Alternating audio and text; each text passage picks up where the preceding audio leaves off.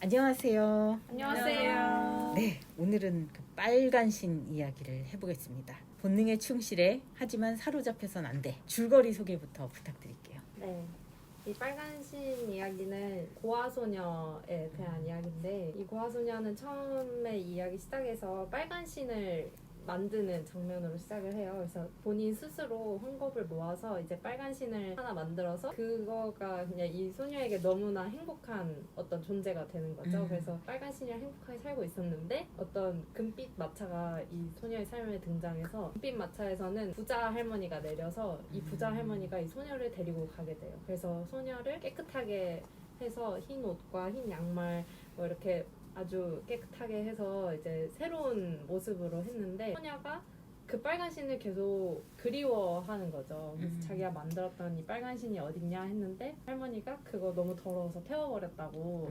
그래서 이 소녀가 그때부터 막 시름시름 앓기 시작해요. 그 빨간 신 자기가 만들어서 소중한 건데. 그러던 어느 날 이제 할머니가 신발 장소한테 이 소녀를 데리고 갔는데, 할머니는 원래 교회에서 빨간 신을 신으면 너무 튀고 그 좀 점잖은 신발을 신기를 원했는데, 소녀가 이제 할머니 몰래 신발 장사한테 빨간 신으로 만들어 달라고 해요. 할머니는 그게 눈이 어두워서 무슨 색깔인지 모르고 신발을 사줬는데, 이제 알고 보니까 그게 빨간색이었다는 걸 교회 사람들한테 듣게 되고, 소녀한테 그거 신지 말라고 이렇게 얘기를 하게 돼요. 근데 소녀는 아랑곳하지 않고 그 빨간 신을 신고 또 교회를 가서, 이 소녀가 이 빨간 신을 신고 근데 하루 갔는데 앞에 있던 군인 아저씨가 이 신발을 보면서 너무 예쁘다, 발레 슈즈 너무 예쁘다 이렇게 말을 해요. 근데 이 신발을 춤을 추라고. 맞아, 저주내듯이 너무 예쁜 발레 슈즈다 이렇게 했는데, 이 소녀가 그 말을 듣고 난 후부터 신발이 계속 혼자 춤을 추는 거예요. 그래서 이 신발을 너무 벗고 싶은데, 이 소녀가 이제 처음에는 겨우겨우 어떻게 해서 벗었어요. 근데 그 뒤에 또 그 신발을 신고 또 교회를 가서, 그때부터는 이 신발이 계속 혼자 이제 춤을 추고 막 소녀를 이상한 데로 데리고 가고 이러면서 벗기지 못하는 상황까지 이르렀어요. 그래서 결국 마지막에 소녀가 이 빨간 신의 결말이 어떻게 되냐면, 소녀가 장수한테 가서 자기 이 신발을 잘라달라고 했는데 신발끈을 잘랐는데도 안 벗겨져서 결국에는 발목을 잘라달라고 예원을 해서, 통째로 좀 끔찍하죠? 그렇게 해서 이 소녀는 결국 거기서 하녀로 살아가게 되는 좀 비극적인 결말로 이 이야기가 막을 내립니다. 옛날 동화들은 이게 왜 이렇게 무섭게 끝나는 건지 전 처음에 되게 재밌게 읽다가. 인어공주도 원판은 굉장히 그렇잖아요. 왕자를 칼로 찔러 죽이라고 막. 그 디즈니판 그 얘기가 원작이 아니잖아요. 그 발목을 자르는 건 상상만 해도 맞아요. 제가 그래서 그려봤거든요. 딱 그 장면. 그 장면이 너무 인상. 아니 저 제목 빨간 신이 너무 무섭게. 이 발목이 잘려나가 있어야 발목이 되는데. 잘려나가는 거고 이 빨간 신이 약간 그 공포 영화 느낌으로. 그렇네. 이런 느낌으로 해가지고. 옷은 되게 근데 화려하네요. 이제 금빛 마차를 타가지고. 아 그치. 금마차 따서 옷은 좀 좋아. 그렇죠. 그렇게 타기 근데 때문에. 숲을 막 이런 데 다니면서 다 옷이 찢어졌을 텐데. 알겠습니다. 네, 알겠습니다. 거기까지 생각 못해봤네요. 죄송합니다. 네. 근데 원래는 이 소녀만의 그 소소한 즐거움을 주는 그 만들어서 신은 빨간 신이 있었잖아요. 나에게 소박한 기쁨을 주는 그런 것들은 뭐가 있는지 얘기 나눠볼까요? 저 근데 진짜 소소한 것 같아요. 뭔가 내가 계획한 대로 하루 일과를 뭔가 다 실천했을 때, 아니면 뭔가 책 한 권을 읽었을 때, 아니면 뭔가 핸드폰 없이 하루를 시작했을 때. 사실 되게 다 습관적으로 대단한데요. 소박하지 않은데요? 소박하지 않나요? 너무 과한 욕심이 아니요, 위대하네요. 훌륭한데요? 네. 알고 핸드폰 없이 살고. 그래서 이 소소한 기쁨을 이게 성취하기가 너무 어려워요. 이런 기쁨을 소소하지 않아. 거의 소소하지 않나 봐요. 네, 19세기 철학자의 하루 같은 그런 느낌. 일찍 21세기에는 일어나고. 절대 있을 수 없는 핸드폰 없이 아침을 시작한다고. 진짜 핸드폰을 한 번 안 켜고 아침에 시작하면 너무 좀 뿌듯한 것 같아요. 그날이 뭔가 좀 삶이 다른 느낌. 다른 분들은 님은 있나요? 실력에서 바로 자리에 앉을 때 이게 와. 조금 다른 거긴 한데 조금 다르긴 한데 너무 기쁘다. 약간 하루의 네. 시작이 되게 잘 풀릴 것 같은 소소한 성취. 그냥 농촌 소속역에서 타서 그렇네. 모락역 종점까지 쭉 가고 앉아서 행복이다. 쭉. 쭉 잠실역에 사람들 우르르 내리잖아. 어. 보고 앉으면 너무 엄청 상쾌한 많고. 하루네요. 근데 상쾌한 그렇게 하루. 앉으면 뭐가 좋냐면 제가 이북 리더기로 오고 가면서 책을 아. 읽어요. 앉아서 편하게 볼 수 있으니까 서서는 어렵더라고요. 네. 그래서 약간 저만의 음. 소소한 어. 하루 루틴, 시장 루틴 약간 이런. 되게 궁금하네요. 양수님의 소박한 성취는 저도 되게 소박한데 필라테스를 계속 하고 있거든요. 그 운동을 하면서 얻는 뿌듯함이 있는 것 같아요. 제가 막 엄청 잘하는 건 아니지만 선생님들이 회원님들을 위해서 칭찬을 열심히 해주시잖아요. 저는 그 칭찬을 들으면 뭔가 말씀하신 걸 제가 알아듣고 그대로 했다는 성취감이 거기서 느껴지더라고요. 그래서 필라테스를 하고 나면 되게 기분이 그래서 좋은 것 같아요. 이 작은 동작 하나지만 해냈다는 그 뿌듯함? 저도 뭔가 할 얘기가 있었는데 저는 그 우리 아파트 뒤에 산이 있거든요. 근데 거기 높진 않은데 아침에 좀 기왕이면 좀 이른 시간에 올라갔다 내려오면 너무 기분이 좋아요. 공기도 좋고 딱따구리 그런 새들도 있더라고요. 그리고 고라니를 한번 본 적 있어요. 이 서울 시내에서. 뒷동산에서요? 네. 엄청 빠르더라고요. 근데 큰 애는 아니고 새끼 고라니였는데 엄마를 잃었나 봐요. 제가 진짜 한라산에서 보고 그 다음으로 본 게. 예. 근데 걔는 그러고 사라졌는데요. 부모님은 어디 계신 건지. 거기 옛날에 사시던 야쿠르트 그냥 주던 동네. 야쿠르트. 네. 근데 주소를 다 말하긴 좀 그렇고. 그렇죠, 그 동네. 네.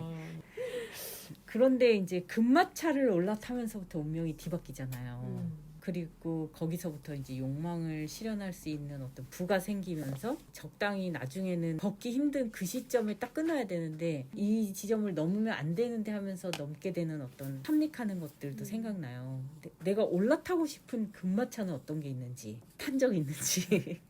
몰라. 약간 좀 그런 것도 생각했어요. 로또나 주식 뭐 이런 거 있잖아요. 맞네. 비트코인. 맞아.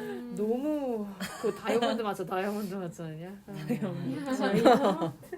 여러분 혹시 그러면 그렇게 내가 금마차를 탔건 너무 과도한 빨간 신을 신었건 걷기 위해서는 내려오기 위해서는 원래 내가 소소한 기쁨을 누리던 그 소녀의 빨간 신 할머니가 사준 빨간 신 아니고 그 시절로 그 감성으로 돌아가려면 나는 어떻게 해야 되나 나에게서 활력과 열정을 뺏는 것은 무엇인가 그걸 되찾기 위해서는 난 어떻게 해야 되는지 저는 체력 부족을 좀 적었거든요. 중요하다고 봅니다. 체력이 안 되면 아무것도 맞아. 못해요. 근데 제가 운동을 좀 했기 때문에 네. 운동 체력이 조금 있을지 몰라도 그냥 이렇게 일상생활에서 그냥 가끔 이렇게 하다가 몸이 축축 늘어지고 너무 나른 그것도 졸린 건가? 막 하여튼 이 약간 물 먹은 손마냥 좀 몸이 잘 이렇게 못 움직일 거면 막 그럴 때 막 너무 모든 게 귀찮다, 막 아무것도 하기 싫다 이런 생각이 많이 들더라고요. 그래서 내가 뭔가를 좀 더 활기차게 움직이고 좀 여유 있게 이렇게 하려고 막 이러려면 좀 체력이 너무 필수겠다라는 생각을 나이 들어가면서 많이 합니다. 진짜 운동 열심히 해야겠다, 더 열심히 해야겠다 이런 생각 많이 하고 있어요. 열정을 빼앗는 거, 그 열정을 후려치는 사람을 만나는 거. 뭐 그렇게까지 하냐. 뭐 그렇게까지 오바 안 해도 된다. 사기를 적당히 맞아, 해라. 사기를 좀 더 하시키는 사람들. 적당히 해라. 근데 이게 다시 올라올 때는 비슷한 열정의 온도를 가진 사람들과 교류하고 대화하고 좀 미래를 이야기하다 보면 이렇게 좀 죽어가다가도 다시 그래 열심히 해야지라는 마음이 생기게 되는 것 같아요. 저는 안일함? 좀 익숙한 그런 게 생기면 익숙해지고 편해지면 좀 안일해지는 그런 게 있는 것 같아요. 그래서 그런 걸 벗어나기 위해선 어떻게 보면 스스로 편안함을 버려야 활력과 에너지를 찾을 수 있지 않을까. 두 분 얘기는 미운 오리 새끼랑 많이 연결되는 것 같아요. 새로운 물이 내가 살고 싶고 구현하고 싶은 새로운 곳으로 떠나는 거고 여기는 뭘 그렇게까지 하는 것으로부터 너 날개 그렇게 뭐 너무 크게 펼치려고 하지 마. 그런 데서부터 난 이렇게 나는데 중간에 만나잖아요. 만화 같은 데도 보면 이제 그런 새로운 무리를 만날 때 힘을 얻는 것 같은 그 얘기와도 연결되는 것 같습니다. 네. 나 자신을 찾고 싶은 나 자신에게 혹은 청년들에게 편지를 써오신 분이 계시면 읽어주시죠. 편지가 좀 민망해가지고 아. 얘기하기가. 읽으신 이거 아니에요? 아, 맞아요. 어, 네. 제 스스로에게 좀 얘기를 한다면 네. 정아 항상 너 스스로를 잘 믿었으면 좋겠어. 쉬운 길 편한 길만 찾지 말고 좀 더 힘들더라도 좀 더 불편하더라도 나를 믿고 내가 가고 싶은 길을 열심히 걸어가 보자. 내가 너를 믿지 않으면 누가 날 믿어줄까. 사람들의 말에 흔들리지 말고 너의 꿈, 생각을 펼쳐나가는 너가 됐으면 좋겠어. 우리 단단한 사람이 되어보자 라고 적었습니다. 와.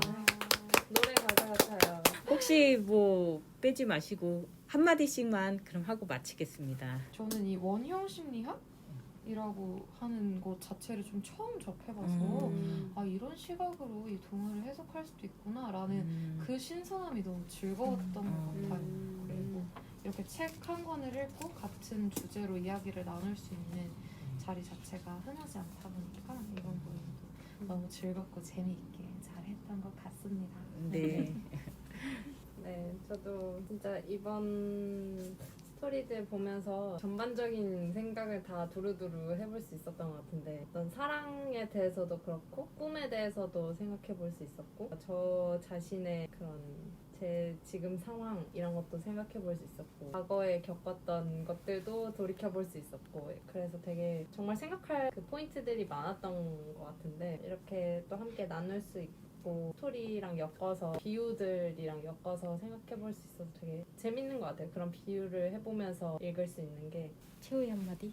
저는 사실 이 책이 좀 어렵다면 어려웠던 것 같아요. 삶 죽은 삶 이런 얘기도 뭔가 좀 추상적으로 느껴지고 뭔가 확 이렇게 와닿는 게 없어서 좀 어려웠는데 이렇게 여러분들과 얘기를 하고 또 그거에 관련된 주제로 얘기를 하면서 좀 여러 가지로 많이 얻어간 것 같아서 너무 즐겁고 좀 유익한 시간이었던 것 같습니다.